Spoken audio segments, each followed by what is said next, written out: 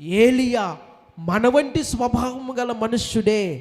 వర్షింపకుండానట్లు అతడు ఆసక్తితో ప్రార్థన చేయగా 3.5 సంవత్సరముల వరకు భూమి మీద వర్షింపలేదు.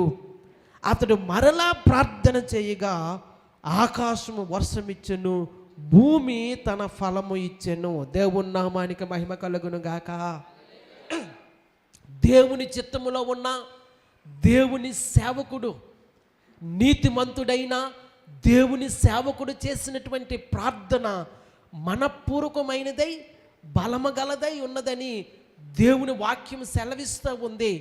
ఆ ప్రకారముగా ఏలియా మన వంటి స్వభావం గల మనుష్యుడే, కానీ ఆయన ప్రార్థించినప్పుడు 3.5 సంవత్సరములు వర్షము లేదని దేవుని వాక్యము సాక్ష్యమిస్తూ ఉంది. దేవుని నామానికి